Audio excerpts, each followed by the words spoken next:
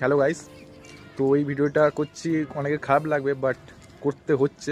যাই হোক, তো আমি যে জব ভ্যাকেন্সিগুলো আপলোড করি, অনেকের হয়তো এগুলো সত্যি মনে হয় না, ফেক মনে হয়, বা অনেকের মনে হয় যে আমি ক্লাস 10 বা 12 বা যাই হোক কম নাম্বার পেয়েছি অনেক, 30% 40%, তো আমি এই জবগুলো পাবো না।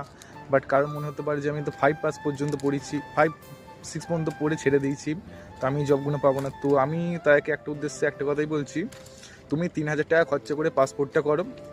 তোমাকে মাধ্যমিকে 90% নাম্বার, উচ্চ মাধ্যমিকে 90% নাম্বার, গ্র্যাজুয়েশনে 90% পাওয়ানোর দায়িত্ব হচ্ছে আমার।